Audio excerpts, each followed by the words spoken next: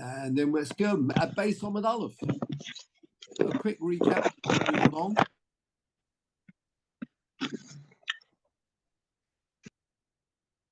Yeah, excellent. Anybody wants to come off? You can, of course, as usual. Base Amud Aleph. Now, if you remember, as a quick recap, the posuk we're looking at, and Peter will be on the buzzer a bit later, or perhaps even soon. We're dealing, when it talks about makkos, we're at the introductory dapim, quite a lot actually, is about Eidim Zomimim.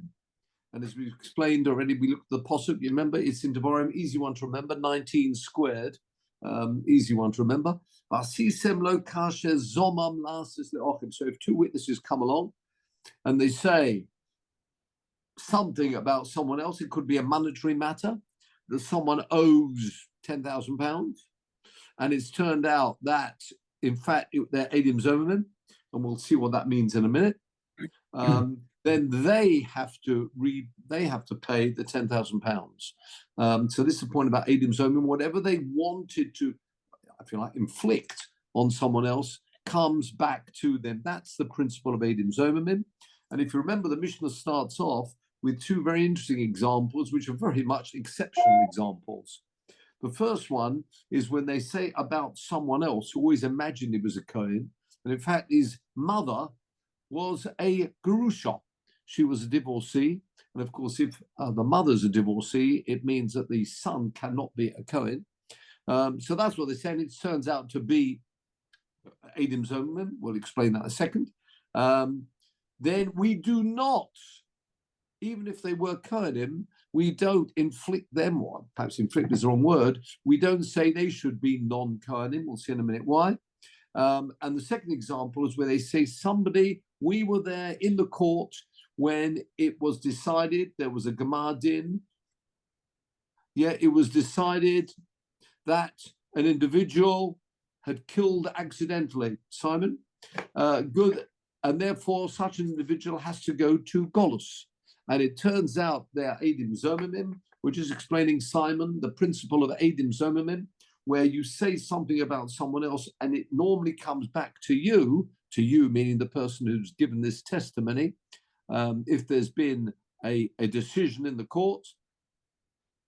That's another example. If they came and said, we were in the court where the verdict was that Reuven was chayav Misa b'shogeg accidentally and therefore had to go to Golus, we do not tell them to go to Golus. This is an exceptional case. What they do is, the rule is they get stripes, depending on the doctor. If the doctor permits, assuming they're healthy enough, they would get 39 stripes. So these are exceptional cases. So the Gemara, just quick recap. Gemara has two questions. The Mishnah started off by saying, Keted or Eidim Nasim Zomim. How do you have these case of Eidim Zomim where in fact it comes back on the individual, and in fact the two examples are not. So the Mishnah really should have said, Keted Ein Eidim Nasim Zomim. Yeah, that's the first question. The second question, this word Ketzad, how? Now, if I were to say, how do Eidim become Eidim Zomimim? You don't really want an example. In fact, there is a Mishnah coming up later on, a couple of daf to go, where it tells us what are the rules about Eidim Zomimim. In fact, it's on daf Hey, not for today. And the rule is about Eidim Zomimim, it's not just that they're found to be not telling the truth. The two Eidim come to court and said that Reuven owed £10,000. Two other Eidim come to court and don't just say it's not true, like, Punch and Judy. Yes, it is. No, it isn't. No, it's nothing. It's not like that at all. It's where the second pair of Eidim say you can't possibly give your testimony because you were with us on that cruise on that day. How could you possibly been there when you say that this event took place? It's impossible. That's what Eidim Zomim. So Eidim Zomim very specific. And the Gemara's question is, that's what this Mishnah sort of said. How do Eidim become Eidim Zomimim? It's when a second pair of Eidim come and say, you were with us. We'll keep coming across those words. Imonu hoyisem b'mokum ploni. You were with us at a particular place at that time that you said the event took place. Could have sadly been a murder. It could have been anything you like. But that's what the Mishnah should have said. It didn't say that. Very strange. So those are the two questions. Says the Gemara. It's about beginning of line about. It says there's where it said de'ilu ein zomimim. Have you got de'ilu ein zomimim about 8 lines down? De'ilu ein zomimim.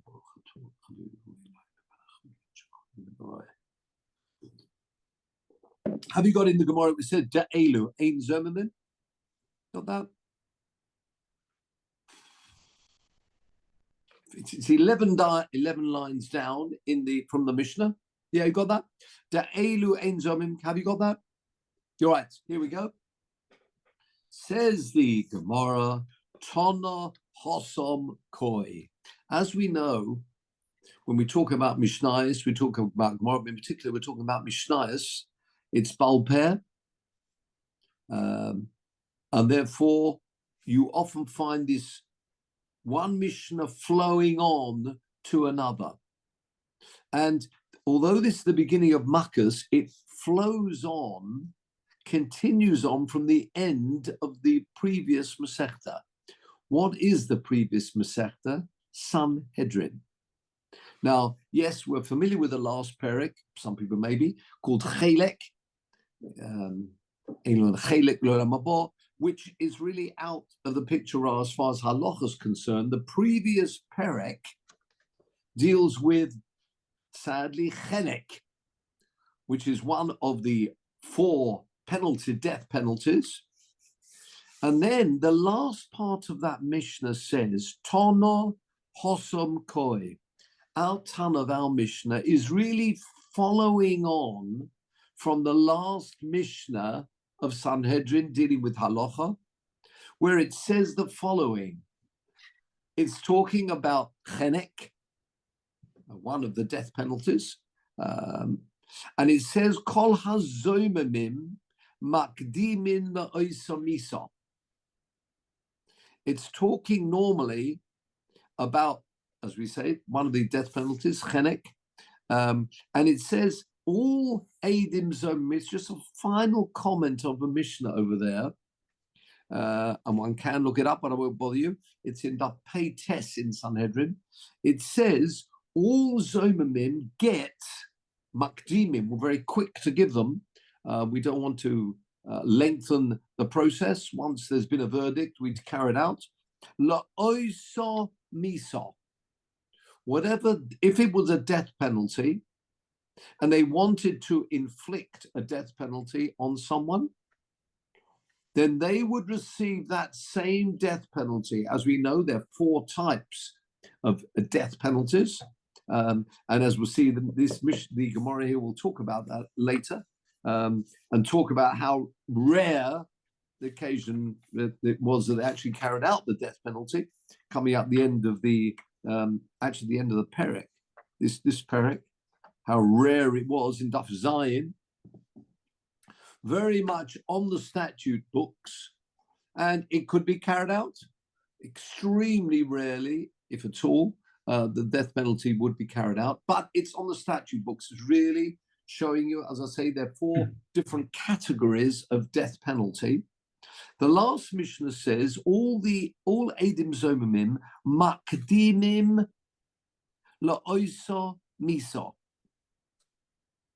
What does that mean? Have a look at Rashi, please. Hosom koi. Have you got that? Hosom koi. Things in bold. Our Mishnah flows on from there, which is there, says Rashi, Misanhedrin, Solik. Solik means gone up. Is continued on from that Masechta. Disnan, b'shilhi Elohein hanechnokim. Shilhi means the end of. Actually, normally shilhi means a lot of tiredness. Person getting tired at the end of the end of the perek. having been through the whole perek. But the end of that perek, it's to Siyuma de Sanhedrin, which is the real ending of the halachic parokim of Sanhedrin. The yesh zoimimim, that although normally Eidim Zomimim get the punishment which they wanted to inflict on someone else, keep your finger on the place there if you can do that. But go back to our Gemara. Chutz mizomimei bas kohen, besides Eidim Zomimim, who give their testimony against a bas kohen, a daughter of a kohen who was married, uvoy alo, and had a relationship with someone else. So this is a married bas kohen. Now, what's the rule about that? Have a look, please, at Rashi. Again, Hosam kohen Sanhedrin Salik, going up from the Mishnah, the end of Eloheinu Anochim Tohu Siyumo. In mine, it's the beginning of the line of Rashi. It's the end of Sanhedrin. De yesh zomimim shenishtanu b'miktsas. There are some cases of Eidim Zomimim where there's a slight variation midin hazoma, from the rule of hazoma. Remember, hazoma is inflicting on the Eidim Zomimim, whatever they wanted to inflict on the other individual. Now, there are some cases where there's a slight change.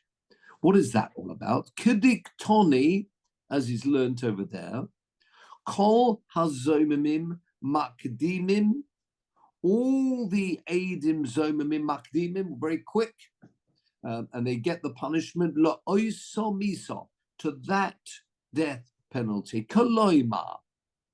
Ein Nohem Letzapos Miso Acheres. They shouldn't expect any different miso, elo mashkimim leoisa miso, but they get that death penalty shenigma bo dinoi shel nidoi, where there's been a conclusion, there's been a verdict from the Bezdin about the accused.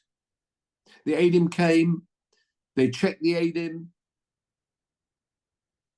Normally, whatever death penalty, I say depends what the Avera is. There could be 4 different death penalties. Whichever one it was they wanted to inflict will come back to them. Chut, says Rashi, mizoimeme bas kohen, and Baalo, her partner in crime. Have a look, please, at Rashi. Chutz mizoimeme bas kohen,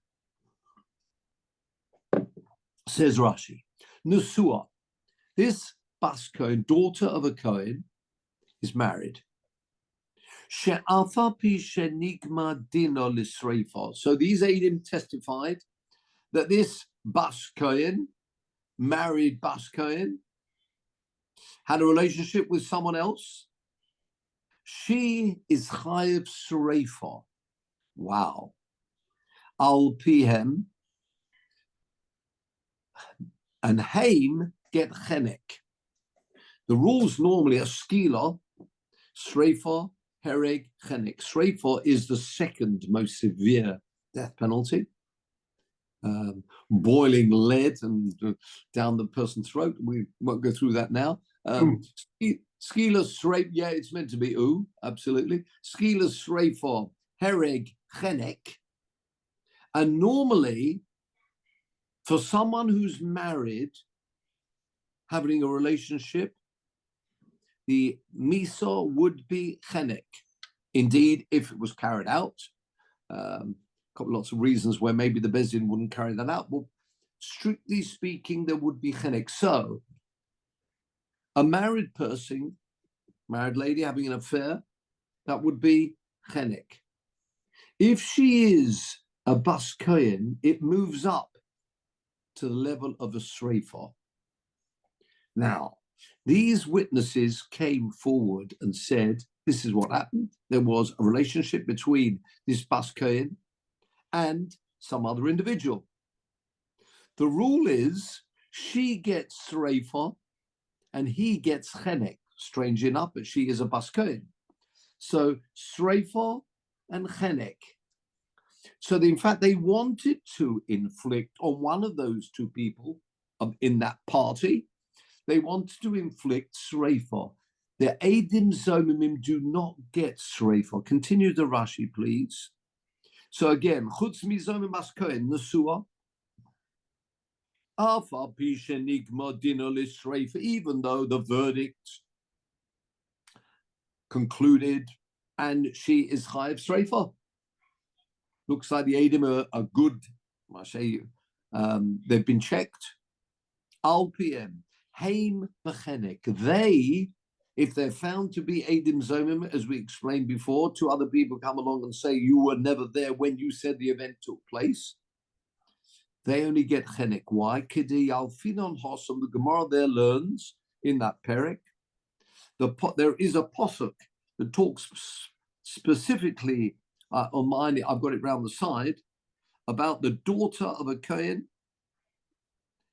If there is a relationship, es ovio he mechaleles. There's an extra word there. She gets Sreifa, from which the Gemara learns she gets Sreifa, but Bo Allah, her partner, does not get Sreifa. Ela Chenek, he gets Chenek. Kisha'a Eishes Ish, like other examples of an Eishes Ish. Now, what about the Eidim Zomimim? What punishment should they get? V'hazomimim mashkimim lemiso shechivu es haboel. They get the punishment they wanted to inflict on him, not what they wanted to inflict on her. Now, you could say that's wrong because they really, it's true, one of them was going to be Chenek, one of them actually would have had Chiyav Sreifa, and there was a verdict. There's a posuk to tell us that's exceptional. To Dichsiv, the posuk we've been speaking about before, this 1919 in Devarim. You should do to the Eidim, as they intended lasos la'ochiv. What's that word la'ochiv doing there? To their brother, as they wanted to do. What's he going to do with a brother or a sister? In fact, the same rule will apply if they're Eidim Zomim about a lady as to a man. Why did it say la'ochiv? The Gemara learns la'ochiv v'lo la'achoy, so not to the lady. And this is exactly what it's coming to tell us about. But this example is exceptional. That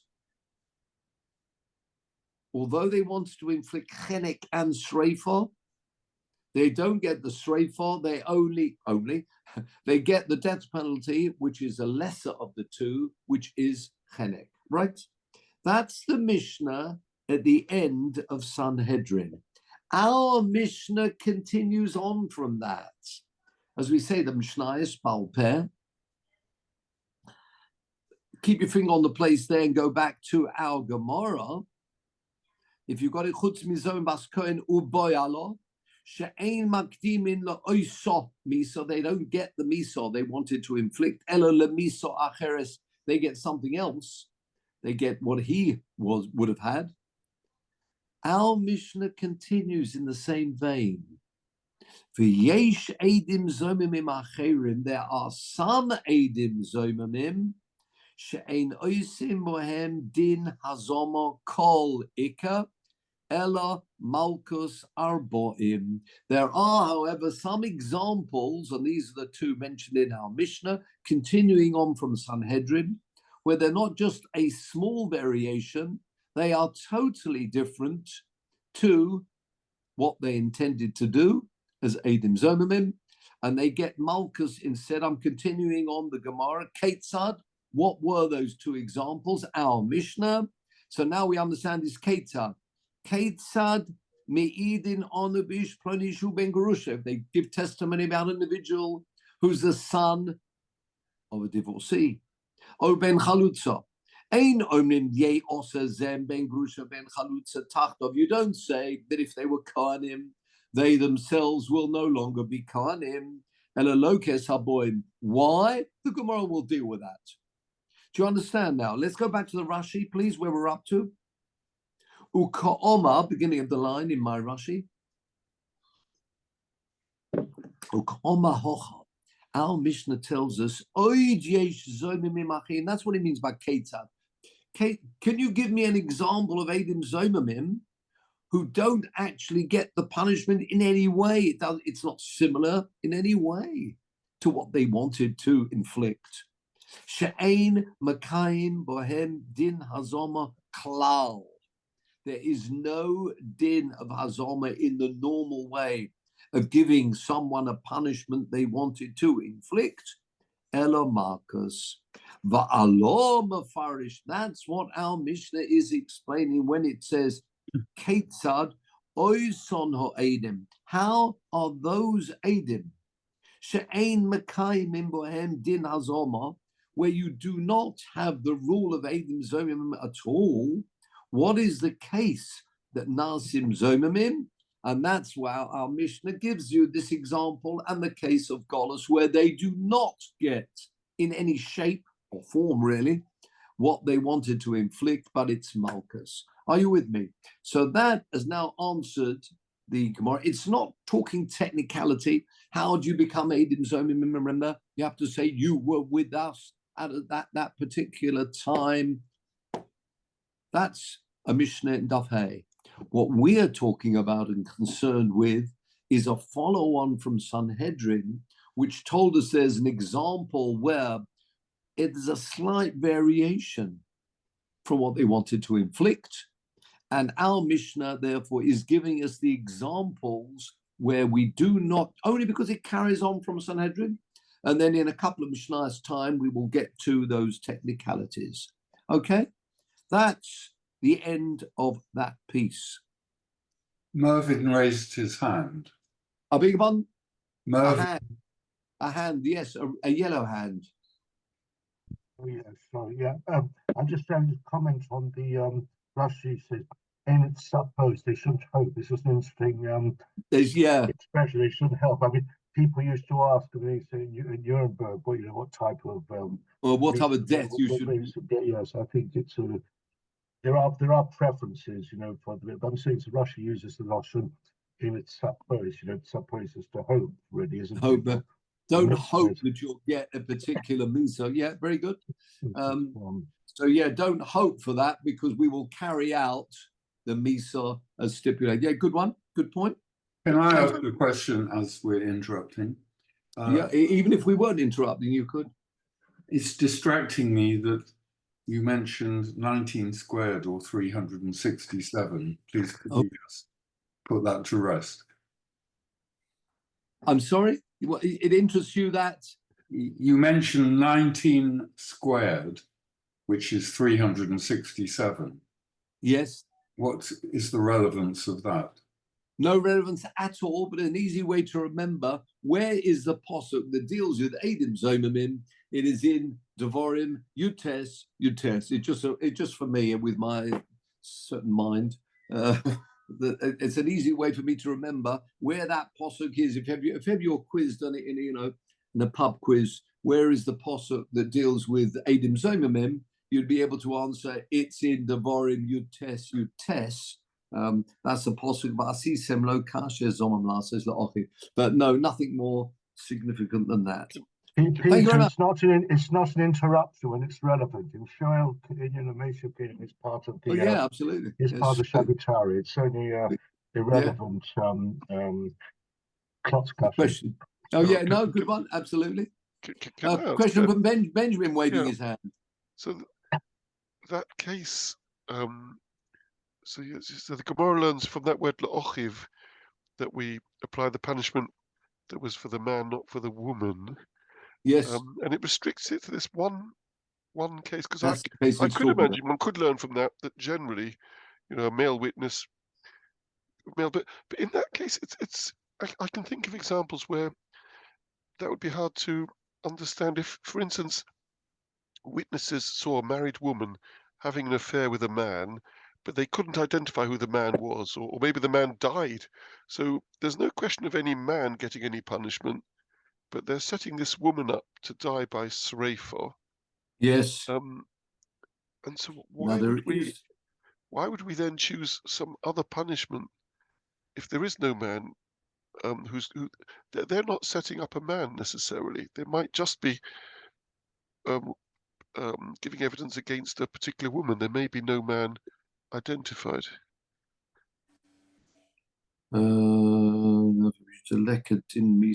Yeah, you are quite right. In fact, Tosfos deals with that point. The penultimate Tosfos. Super behind. You are quite right. You see, the point is this: they're giving testimony. It's going to be quite tricky if they don't know who the man is. Unless what we're really saying is ultimately, I mean, I suppose part of that will be pretty unlikely that they would want to carry out that death penalty unless they knew exactly who the person was. You see, there's a problem until you know who the person is. If maybe is underage, unless you can pinpoint exactly who it is, it's going to be you've got to identify the person. I suppose he could have died. The man. He could have died. It could have been when we say a treif or whatever. Yeah, there are lots of things could have happened, and therefore we would probably want to make sure we do have both individuals. But you're quite right. That posuk tells us that really it's very interesting. What it really means is that she is really chayav chenek with an additional, because she is a bas kohen. That's true. They wanted to inflict though on her sreifa, but nevertheless, you're quite right. This posuk is telling us in this instance they will get chenek and not sreifa. It's interesting. The Gemara later on will learn other things from this la'ochiv. We'll see later, not today. There are other things learned from this posuk too, but that is one of them. But a very good point. I mean, I haven't got an answer for it really. Although they do want to inflict. I mean, you could say the same with this going to Golus. A person is meant to go to Golus. This person, he gets Malchus. Now, assuming he can, he can manage the Malchus, painful as it might be, it may be a lot easier, especially if the Kohen Gadol is a young man, than spending 50 years in Ori Miklot. Nevertheless, he does get Malchus. We'll see in a minute. There's a posuk to where actually that will come up next time. There's a posuk for that. So the posuk actually will override that. Yeah, and there's not much more we can say. But that does lead us really to where we are in the Gemara. 3, 4, 5, 6, 7, 8 lines up. Minor hani mili, which is really your question, I suppose, in some way. I mean, once you've got that posuk, you can do the same thing here. Whenever the Gemara says minor hani mili, means where do these words come from? What is the source? Now, as we said before, Eidim Somimim, we've got that posuk, which tells me you do give whatever they intended, whatever they wanted to inflict. So how come in the case of these Kohanim, remember, they say this individual is the son of a Gerushah, right? What happens if they are Kohanim? Why don't we do that to them? They wanted to make this person a non-Kohen, couldn't get his truma and everything else, all the gifts he would normally get. They wanted to stop that. Why don't we do that to them? Says the Gemara, Minor Hani Mili. Where do we learn these words, the words of the Mishnah? And we will need a posuk for this. Omer Rabbi Yeshua ben Levi. Now, I got in brackets, Omer Rab Shimon ben Lakish, but it's in round brackets. Have you got anything after Omer Rab Shimon ben Lakish? Any superscript, any letter or anything? No. Okay. It's in round brackets. If I can ask you at this point, please, Peter, to turn to the first. It's a Gemara in Baba Basra, I think. The first, well done. Oh, there it is. No, it was a one eye. That's it.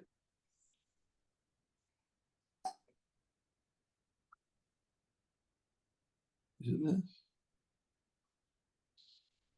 Not. Oh, there. Well done. That's exactly what I'm looking for. Bit of a zoom in.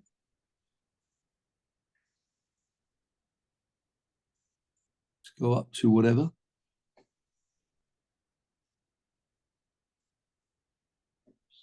Right. Oh, well done. Bit of scrolling down. This is the Rashbam, Rashi's grandson. Sadly, Rashi was no longer available to give his pirush at the end of Baba Basra. So his grandson took over. For a bit more scrolling down I want to look at the Rashbam on the left-hand side. Now, stop. Now, in the Gemara, notice it says Mishum. It doesn't say Omer Rabbi Yochanan, Omer Rabbi Shimon. Says the Rashbam, well got. Yeah, it's up a little bit. Stop, down on your arrow. Well, not quite an arrow, is it? Two more further down, two down. Stop. Mishum Rabbi Yehuda Rabbi Shimon. Very important Rashbam here. Kuf Yud Dalet, in case you want to look it up. Kuf Yud Dalet in Baba Basra.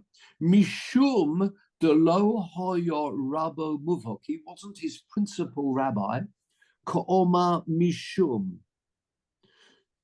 In the name of Mishum Shelo Hurgul Rabbi Yochanan Loma Devorim Mishmoi Shel Rabbi Yehuda Rabbi Shimon. It wasn't often that he said things in his name, and therefore it has the words Mishum. Avol, the next bit's crucial. Avol me Rabbi, if someone will be quoting their Rav, which means they probably would have heard it directly, Yoma Omer Rabbi Yochanan Omer Rabbi Yana. There's an example there where we've got Rabbi Yochanan and Rabbi Yana. In fact, it's a Gemara that comes up slightly earlier, a couple of daf earlier. So Rashbam has given us a very important principle. If it says Omar somebody, he's saying it, and the person he's quoting is his teacher. If he's saying something Mishum, it means he's not his teacher. He's saying something in the name of. Whereas if you would be a pupil, you'd say Omar. Are you with me? So more often than not, it would have been probably a direct quote, if that would be a person's main teacher. Mishum sounds more like I've heard in the name of Mishum, and he would, according to that Rashi, he would not, it's not often he quotes him, and therefore, as he doesn't often quote things from him, it would be Mishum in the name of. Now, if you go back to our Gemara, please, now, where we're up to Daf base. Omer Rabbi Yeshua ben Levi, Omer Rabbi Shimon ben Lakish. Now, the problem is, Rabbi Yeshua ben Levi was not. Can we go back to faces? Yeah, thank you. Rabbi Yeshua ben Levi was not the pupil of Rish Lakish, Rabbi Shimon ben Lakish. Quite the contrary. He was senior to Rabbi Shimon ben Lakish. 7 lines up, Laurie, from the Gemara, Daf Beis Omad Aleph. The source why we do not carry out the Eidim Zomimim standard, which would be whatever you want to inflict would come back to you. We don't do that here. So Rabbi Shua ben Levi says, and leave that out. One of the general rules in the Gemara is in round brackets, it shouldn't be there, but it's not actually scrubbed. We don't do scrubbing in the Gemara because it might just turn out that we're wrong rather than the suggestion is it shouldn't be there. If it's square brackets, it's been inserted. But this is not a square bracket, it's a round brackets, which means it shouldn't be there. And before Hashem explain why it's quite right, this Masudas Hashas putting the round brackets, because you cannot have, certainly according to that Rashbam, Omer Rabbi Yeshua ben Levi, Omer Rabbi Shimon ben Lakish. He was not his pupil, quite the contrary. Do you remember the famous Machlokas? There's always Rabbi Yochanan and Rish Lakish. I wouldn't say always. You'll find lots of examples of Rabbi Yochanan and Rabbi Shimon ben Lakish. More senior to them was Rabbi Yeshua ben Levi. So you cannot have Omer Rabbi Yeshua ben Levi, Omer Lakish, and this is by one of the Perushim I've got here, the Maratz Chayas, who points all that out with some sources. So worth remembering that. Omer Rabbi Yeshua ben Levi. This is what we want. We're going back to that chapter 19 again for you, Peter. Da'omar Kro. The Pasuk says, Va'asisem lo kasher zomam. You do to him, whoop, screen sharing, lost something there. Don't need the other quote. Yeah, let's go back to faces for the minute. That's it. Thank you. 6 lines up. Va'asisem lo kasher zomam. You should do what's low to him. Says the Gemara, that word is there to teach us something very specific. Lo velo lazare. Eidim Zomim, and the punishment of Eidim Zomim is it comes back to the individual. He gets what he wanted to inflict on someone else. A £10,000 fine, not a fine, they said it was a loan. He will have to pay £10,000. They wanted to make this individual a non-Cohen. If that individual would have been a non-Cohen, what about his future generations? They will all be non-Kohanim. But the Pasuk says, in Eidim Zomamim, we only punish him, but not the children. Look at Rashi, please. Lo below Lazaro. Have you got it? 10 lines up. The im ta'aseu cholol. If we're going to say that he, the Eidim, who are Kohanim, will become non-Kohanim, for who Kohen, he was a Kohen previously, posalta es zaro la'olam. You've said his children are going to be non-Kohanim. So therefore, you cannot inflict, you cannot pass on what they wanted to inflict, say that this is the individuals are non-Kohanim, onto them. Why? Because the rule says lo velo lazara. You cannot inflict future generations. Ask the Gemara immediately. Okay, well, let's do that then. Why don't we just make him a non-Kohen and make his future? If you've got this pasuk which says lo velo lazaro, fine, I can understand that. You cannot inflict on future generations from under the principles of Eidim Zomim, even though that's what they wanted to do. You cannot inflict that on them. And if you were to make them, the Eidim, non-Kohanim, it would be automatic that their children will also be non-Kohanim. Says the Gemara, well, let's do that then. Let's just make him a non-Kohen, because it says lo velo lazaro, and make his children Kohanim. Says you can't do that either. Your hands are tied. Bo'Inon kasher zomam lasos. You've got to inflict on him what he wanted to inflict on the other people. What did he want to inflict? He wanted to make them non-Kohanim and future generations non-Kohanim. Kasher zomam means what they intended to do will happen to them. But you can't do that because there's another pasuk which says you only inflict him and not future generations. Hands are tied. Have a look at Rashi. Bo'Inon kasher zomam. You need to carry out the Eidim Zomamim rule, says Rashi. V'hu zomam. He intended, his devious plan was lifsol es hanidam v'es zaro. Do you see that pasuk? We've got two words. You've got to inflict what they wanted to do comes back on them.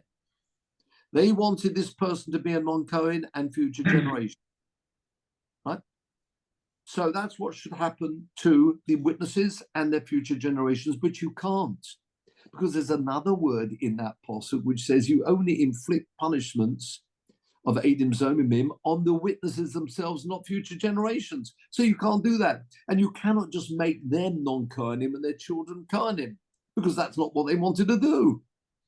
So therefore, we have something which comes in its stead, Malchus. And that's why Malchus, the Gemara deals with that later on. So that's why we do this. Okay? Continues the Gemara. That is the answer of Rabbi Shiur ben Levi. You with me? He had a tradition that from those two words in that posuk, we can learn this din about a kohen. If the witnesses came to say that an individual was a non-kohen and the Eidim Zomimim, do you remember the rule Eidim Zomim? Other people said they were with them somewhere else at that particular time when they said, but with the case of Kohen, it must be that it was decided somewhere that, or they were at the actual divorce proceedings that they're saying when she became a divorcee. It's not true. They were somewhere else. There's two psukim, two words, and teaches us that rule that they do not get the punishment of becoming non-Kohanim. So in fact, they would remain Kohanim, but they would get makas. Continue the Gemara. Bar Pado, the son of Pado. We have some people who are called Ben, somebody like Ben Azai. Bar Pado says he's got a Kal V'chomer. Now, let's see if we can work this Kal V'chomer out. Wonderful. Look at the next two lines. Omar Kal V'chomer. Uma hamachalel eino mischalel. Habo lachalel v'lo chilel, eino din shelo yischalel. Okay, and what does that mean? You with me? Uma machalel eino mischalel. Habo lachalel v'lo chilel, eino din shelo yischalel. What does that mean? Let's have a look at Rashi, please. Uma hamachalel eino mischalel. Have you got the Rashi? 6 lines up. Hamachalel eino mishalel. What does that mean, hamachalel? It's a PL, causative. Someone who is making someone, that's a future generation, a non-Kohen. Hamachalel eino mishalel. Kohen sheno yeseh es hagusha. A Kohen who marries a divorcee. Shemachalel ezaro, he is making his future generations chalolim. That's the word for non-Kohanim, like chol, weekday. Yeah, they're not Kohanim anymore. What happens to him? What happens to the Kohen who married this divorcee? Ein hu atzma mischalim in akuna. He retains the Kohen rights and is a Kohen. So that's Umaha Machalel, someone who someone who makes future generations non-Kohen. He himself doesn't become a non-Kohen. Habol Lachalel, these individuals who only came, they're coming to try and make the person they're giving testimony about, make him into a non-Kohen. V'lo chilel, but they didn't manage because they were caught. They were proved to be Eidim Zomim before actually there was a announcement in the Beis Din. Habola chalel v'lo chilel, says Rashi, Eid Zomim sherotza lachalel, an Eid Zomim who wanted to make these people non-Kohanim. V'lo chilelo, but they didn't manage. Eino din. Isn't it a kal v'chomer that they should not become non-Kohanim? I see your hand. Hold on a sec. So let me just repeat that. Uma hamachalel, someone who's making the next generation into chalolim, he himself retains his kohuna. These people who only intended to make the individual a non-Kohen, and they don't get away with it, it doesn't happen.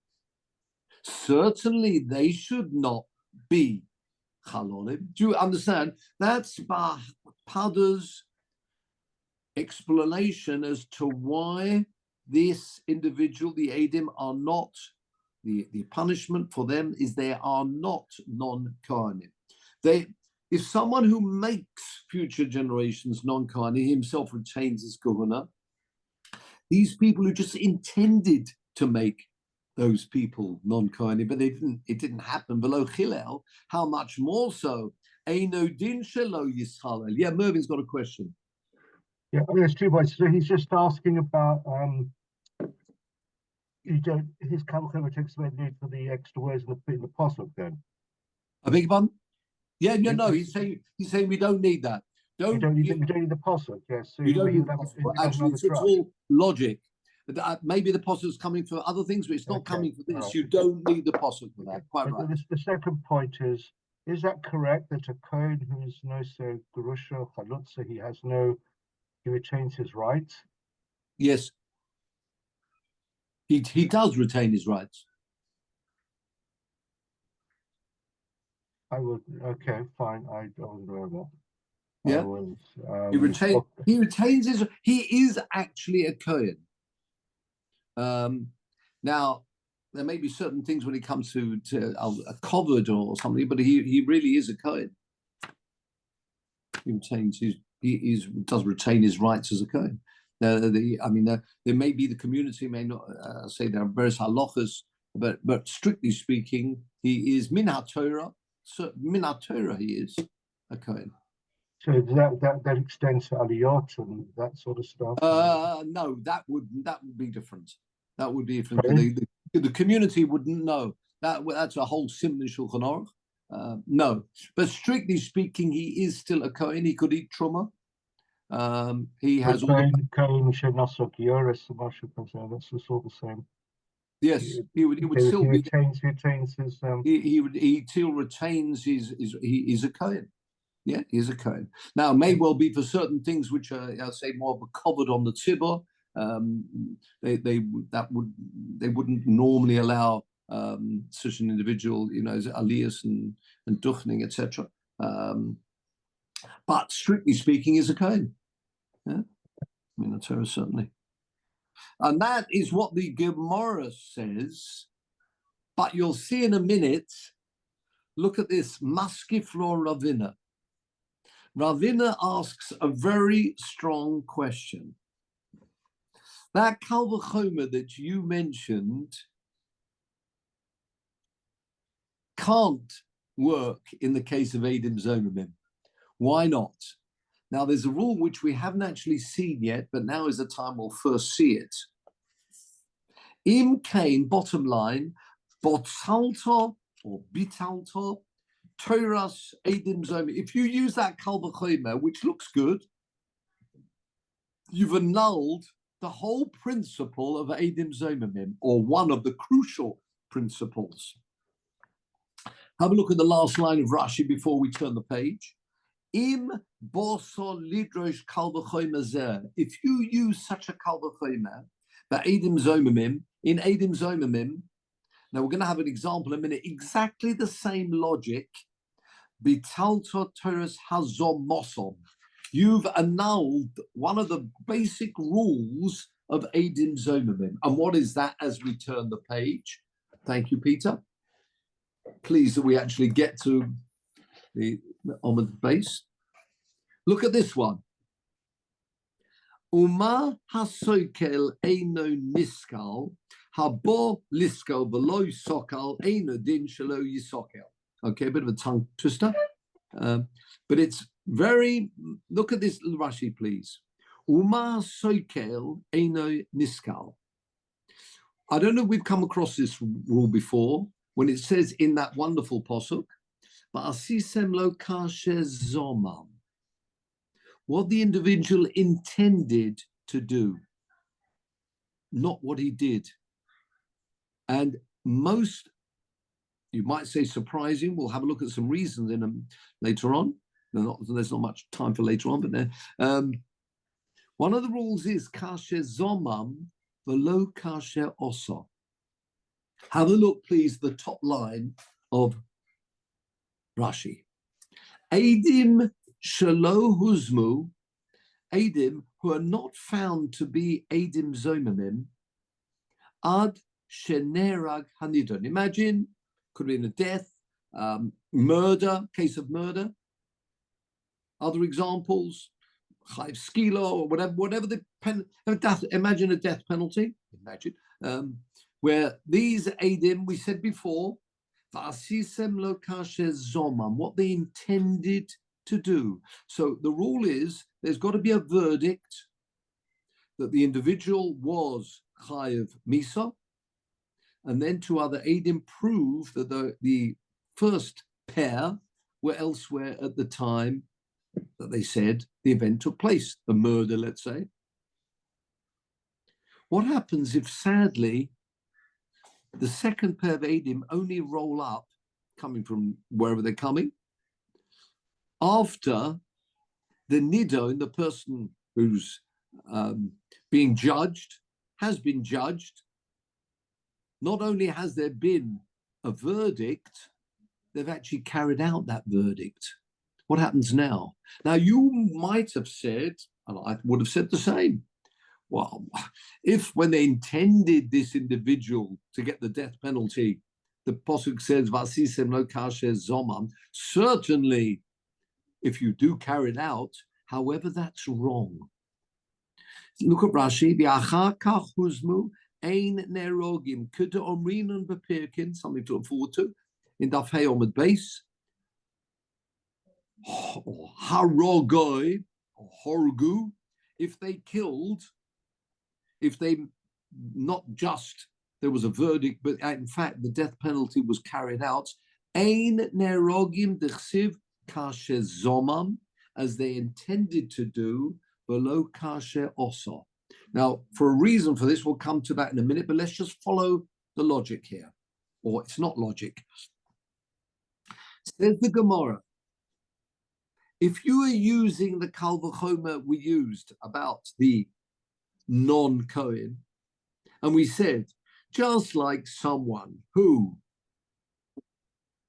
made future generations non-Kohanim, he himself retains his Kohuna, someone who just wants to, certainly,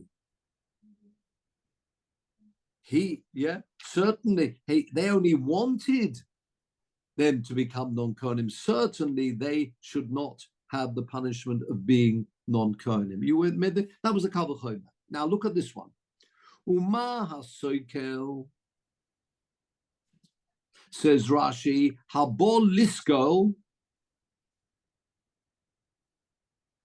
velo sokal. Actually, we should read the first words in the Gemara first.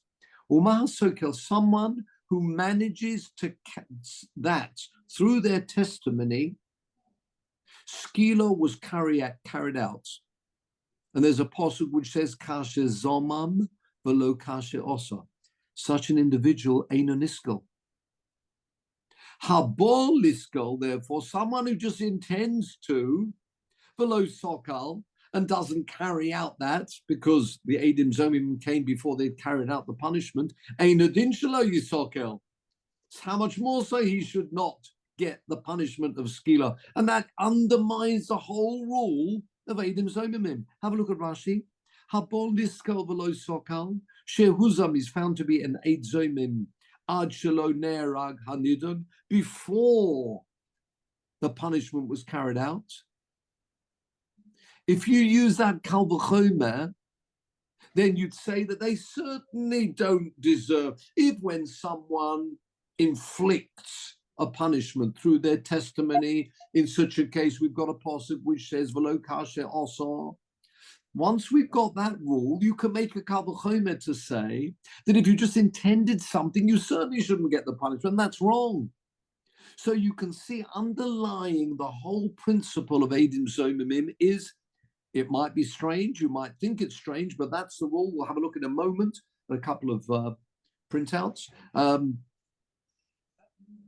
attachments. What we're saying, therefore, that logic to say, because if you carried out something, something doesn't happen. If you plan to carry it out, it certainly won't happen. You can't use that logic, because otherwise you've undermined Eidim Zomimim. And the Torah particularly wants to tell us when it comes to Eidim Zomim, you do carry out something which you only intended and did not carry out. Continues the Gemara, and this is the end of it. Elo, this is really going back to Mervin's point, machvarto kedeshoninon me kora.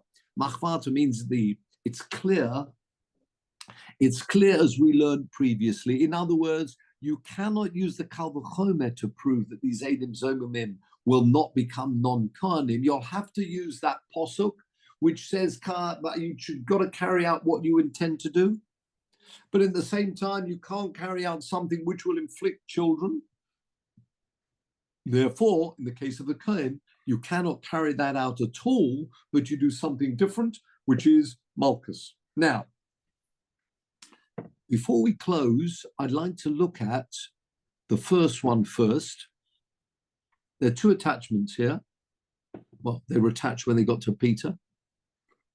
The first one is on that posuk.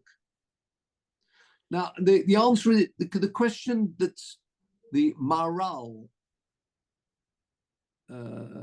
Actually, it's the other one I wanted. I put them in. That's it. That's it. If you can blow it up slightly. This is wonderful that that's on Hebrew books. This is the Gur Aryeh, the Maral Mi Prague, with the notes on the bottom from Rabbi Hartzman. People may know him. I'm sure Benjamin knows him well. From Hasmonean. Yes, from Hasmonean, indeed. Incredible how many Sforim is written on the Maral. The last count was 39. Unbelievable, with a huge amount of notes. And now look at this. Now, what the Maral is looking at is this rule about Kasher Zoma. How does it work? What's this rule of Kasher, what a person intends to do? Not what he actually does, because if it's carried out, it doesn't work. Look what he says. Aval Ika Hatam hu inyan niflo. Most wonderful point here.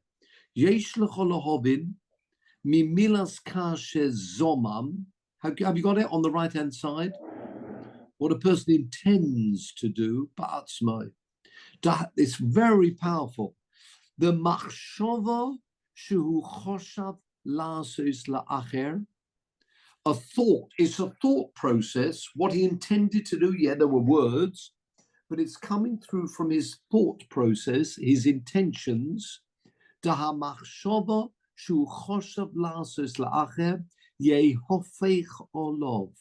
the point. V'chayev misa. If he wanted misa, it will bound back on him. Kima sherotza la'asos la'acher.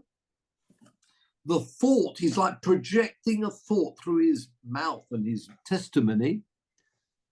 V'chayev misa ki ma sherotza la'aseh la'acher osa machshava yehofech or yahafoich olov. La'afuke, as opposed to im kavahor, if they already killed him. She'osa hamachshava, the thought, lo yitochen, it can't come back on him anymore. Amazing. Oh yeah, there'll be a punishment for that individual because he got these people killed wrongly, but you cannot make the machshava come back on him. V'zeh Talmud over ki la'olam timtso ki ha'machshava mishapech ala machashev ro. Very interesting. Negative thoughts come back to the person. V'im choshav shelo kedin. Look at this, coming from Megillah Esther, 3 lines up. V'omar hakosav gabi homon, yoshuv machashavtoi horo acher shechoshav al hayudim. His evil plan, the evil thoughts that he had against the Jews, al roshoi came back.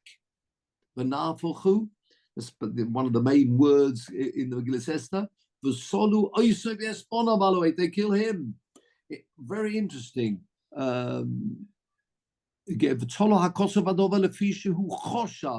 it says in the pasuk Yoshuv machashavtoi hara. Osa machshava tova olav. Lefi shekar sheyachshov la'asos ra. When a person intends evil thoughts, v'hu shelo kedin, hu osa roshem ba'atzmai. Wow. Now, if I can turn to the next page, please, or the next attachment. And at the bottom, you have to blow this up a bit because I'm going for the notes on the bottom. It'll be probably a bit larger even than last time. If we can, let's go to, what were we last time? Ooh. Well, let's try that. Or should we go for 400? Let's see what that looks like. Well, that's good. Yeah, scroll it down, please. Right, if you just centralize, good. Keep going. Scroll down a bit more. Yeah, 75. 75 is a note that he brings from another sefer of the Maharal called the Be'er Hagolah. And he's quoting there, Ki ha-machshava, I'm number 75, Ki ha-machshava kalohi is easy, lios nepach ala choshev, to come back on the person having the thoughts, kasher eina yotzes hapol, as long as it hasn't yet taken effect. Centralized, yes. Ooh, yeah, just about. Hamashva eina yotzes hapol, v'hi nefeches ala choshev. Moshel zeh, mishe zorek even. Someone throws a stone, al dover echod, on something. She'im ein, next line. In ein oisa dover makabelo even. If it actually doesn't stick to the wall or whatever, or doesn't actually penetrate, v'hine, what happens? It will rebound. As long as it hasn't actually taken effect, it means it hasn't penetrated, it hasn't stuck to the wall. This is still an item which is being thrown. It's an example. It's being thrown against a wall. It will still rebound because it hasn't found its stationary position. Wow. Ki ishapecho even olov. It's exactly the same with thoughts. Ki ha-machshava, keep going in that line, please. Eino rak kamo, next line. Zorek even bedova echod, im oisa dova makabelo even, eino even choze olav, then it won't come back. Vim ein makabel ha-even, if, however, the end of that line, if it doesn't, oisa, next line. Machshava po elbow. Po elbow means has an effect on him. Ki ner pacholov. Ki kasher ho'ed adayin b'machshavto, whilst it's still being formulated in the thoughts, speech. Asher choshev la'asos, hari oisa, next line. Machshava ner peches olov, ad shehu nidon ba'oisa machshava. Shari hu atzma oisek b'dova. He is busy with this matter. B'dova ze laharug, if that's the case, it's a capital offense. Ubakal, end of the line. Yoma, one can say. Al it will then come back on the one having the thoughts. He's planning. Also, we cannot use the rule of rebounding. It may be chayiv misa, and yes, that will be sorted out. That's not for us to worry about. But you can't use the rebounding machshava rule. That only works until it's come to its stationary position. That's what he's saying. Ein shaykh loma, once it's done, you can't then say that the machshava should rebound. The machshava has already found its stationary position.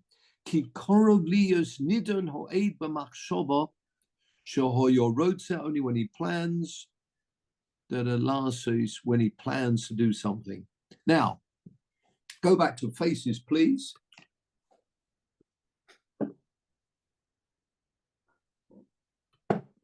Very powerful message. Thoughts don't get lost. Thoughts project a thought, project something negative. That's the lesson we're learning from here. Whilst it's still in motion, and yeah, it may be a verdict, but nothing's been carried out yet. It's still not found its resting place. It can then still rebound back on him. That's the message of Asisem Lo Kasher Zomam. Once it's done, oh yes, they may well be Chayiv Misa and worse, but the rule of Kasher Zomam won't apply. Other things, Hashem will sort them out. Don't worry about that. But the rule of kasher zomam is only regarding thoughts and plans. Negative plans will rebound back. What an important message the Torah is telling us there. They don't get lost. A negative, of course, if it's negative, it can be positive too. A good idea or a thought doing something good will also, if you didn't actually manage to carry it out, it can come back on you, and that's still reckoned as a dover tov.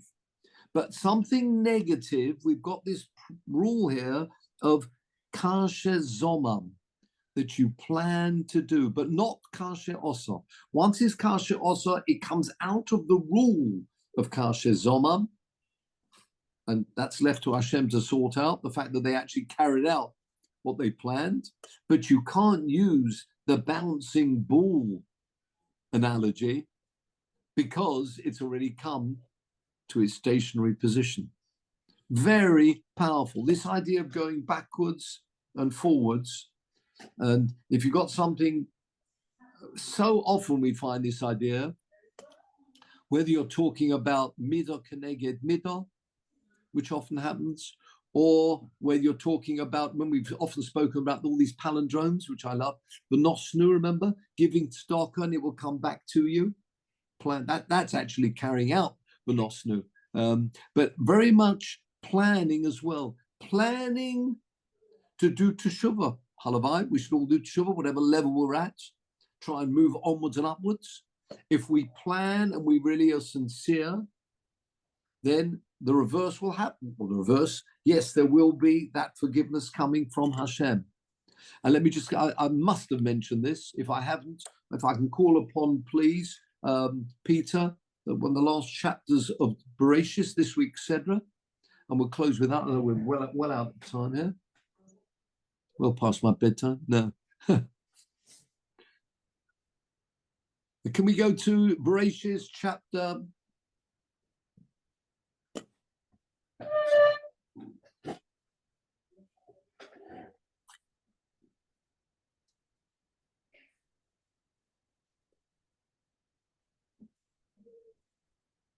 Bereshis chapter, it must be chapter Nun, I suppose.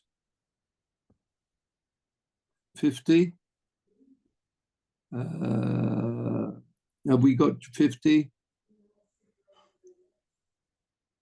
Let's keep scrolling down. Right, go to Pasuk 15, please. This is when they come back right at the end of this week's Sedra. I must have mentioned this. Pasuk 15. So when they come back after the burial of Yosef, the burial of Yaakov, yeah?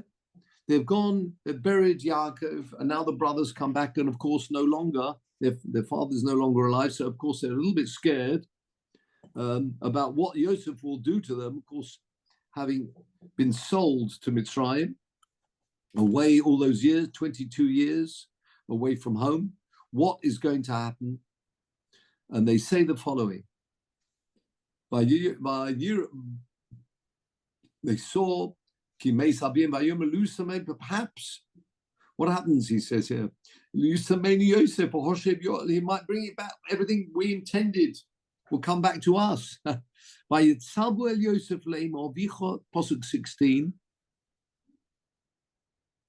This is what you should say to Yosef. Ono sono. Forgive. Ono sono means please. Lift up, forgive. And therefore, this is what he told us, and this is what we're saying to you. So now the idea of forgiveness, if we are now asking for forgiveness, and we do hope that forgiveness, you will be compassionate and forgive us. Look, please, at the 4, 5, 6, the fourth and fifth 6 words of Pasuk 17. Can you see that? Ono, sono, palindrome. I think I've mentioned this before. Ono, sono. I've mentioned this before, but it's in this week's Sedron, the same idea. You ask, beg forgiveness, yes, and it will come back from Hashem. Again, if you forgive others, others will forgive you. This very powerful point about if you offer your hand to Hashem for forgiveness, wanting to move onwards and upwards, then that will come back. And yes, you will be forgiven. There's always room for teshuvah.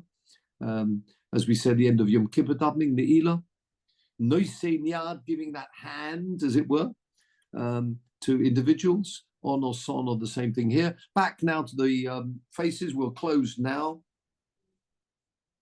And the same idea with Eidim Zomim. What we're saying there, it's rebounding back. Negative thoughts, until they've actually become stationary, they can rebound back, and this is really what happens with the Eidim Zomim.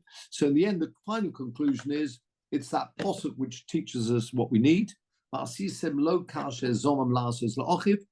You only have the punishment to one individual, not to future generations.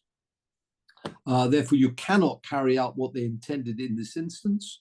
But nevertheless, there still is a punishment. The Gemara deals with that elsewhere. There will be a punishment because it is, after all, a plan. It was a plan that they wanted to cause to someone else. It therefore rebounds back on them, but of course not in the same way. This is very different to the last example that we had in Sanhedrin. And with that, gentlemen, we will close. Sorry, a bit out of time. Norman, I thought you were going to say, what's coming to mind was that when it happens and transpires, their plan, that has to then be deemed to be the will of God. In other words, it comes about. Yes. Therefore, their punishment is somehow not the same. They're punished because because they're agents of this, so to speak. Yes. But the result was kind of meant to be. Yes. And therefore, very good indeed. I think you'll find that it's very good indeed. I think you'll find that's one of the one of the main commentaries. I think you find the Ramban and others give that pshat. They're very good. You're quite right. I just wanted to bring that example, the backwards and forwards of yes, indeed. Very good. You're right. He's just looking more at the idea, how does kasher zomam, if all you did, you intended this to happen and it didn't happen, what does the Torah want? And that's what we see from that morale. But you're quite right. On the other side, if it is carried out, then yes, as you say, hands go up. That was meant to be. Yeah, they'll get their own, just dessert, as we say. But that's out of their hands. Yes, very good, excellent. Very good indeed. So with that, gentlemen, good, thumbs up, and we'll close for today. Shall we just say a capital, as they say, a chapter? Still very much needed here, sadly. With these shivers, constant shivers, and yes, the families, and so many families connected now, sadly. So we will say 121. If Peter, can we on the screen for us? And with that, we will close.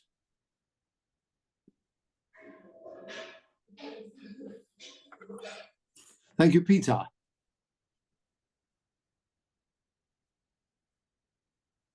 Oh, liturgy. Oh, all right, you can go to. Oh, well, I want to go to Tehillim 121. Actually, yeah, let's go to Tanakh. Tehillim.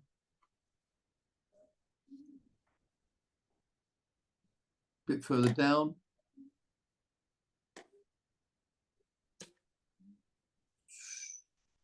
Thank you. Psalms 121.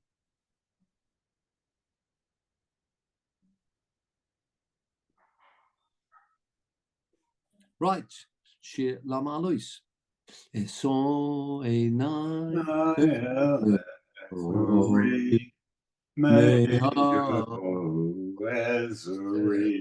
Ezri me'imad Adonai oisei mayim oretz avitein